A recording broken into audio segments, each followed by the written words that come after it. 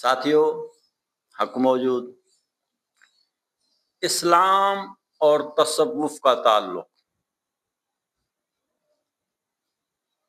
کیا آپ نے کبھی یہ سوچا ہے کہ کیا اسلام صرف عبادت کا نام ہے؟ نہیں، یا اسلام دل کو بدلنے کا نام ہے؟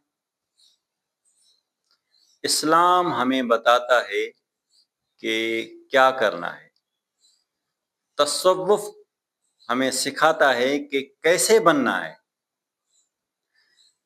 اسلام شریعت ہے اور تصوف شریعت کی روح ہے۔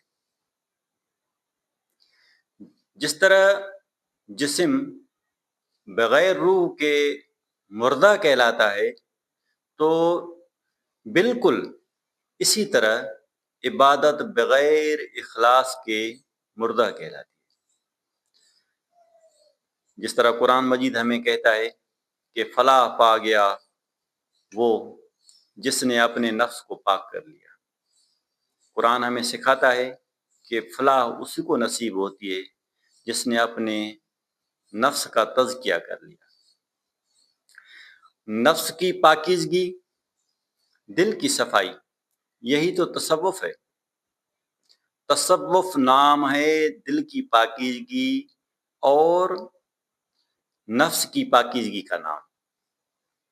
حضور نبی کریم صلی اللہ تعالیٰ علیہ وآلہ وسلم کی سادگی، ان کی عاجزی، ان کا صبر، ان کا تحمل مزاجی، ان کی محبت، اسی کا نام تصوف ہے۔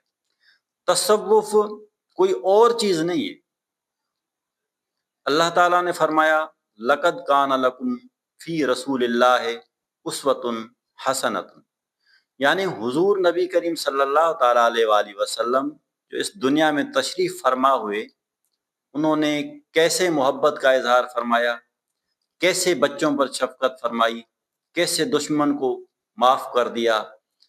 فتح مکہ کے بعد حضور نبی کریم صلی اللہ تعالیٰ علیہ وآلہ وسلم نے ان لوگوں کو بھی معاف کر دیا جن لوگوں نے حضور صلی اللہ تعالیٰ علیہ وآلہ وسلم کو آخر مجبور کر دیا کہ آپ ہجرت کریں، آپ نے ان کو بھی معاف کر دیا۔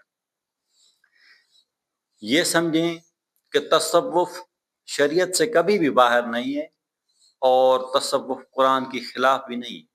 تصوف کیا ہے؟ باقی تصوف ہے حضور نبی کریم صلی اللہ تعالیٰ علیہ وآلہ وسلم کا اسوہ حسنہ۔ آپ نے کیسے زندگی گزاری؟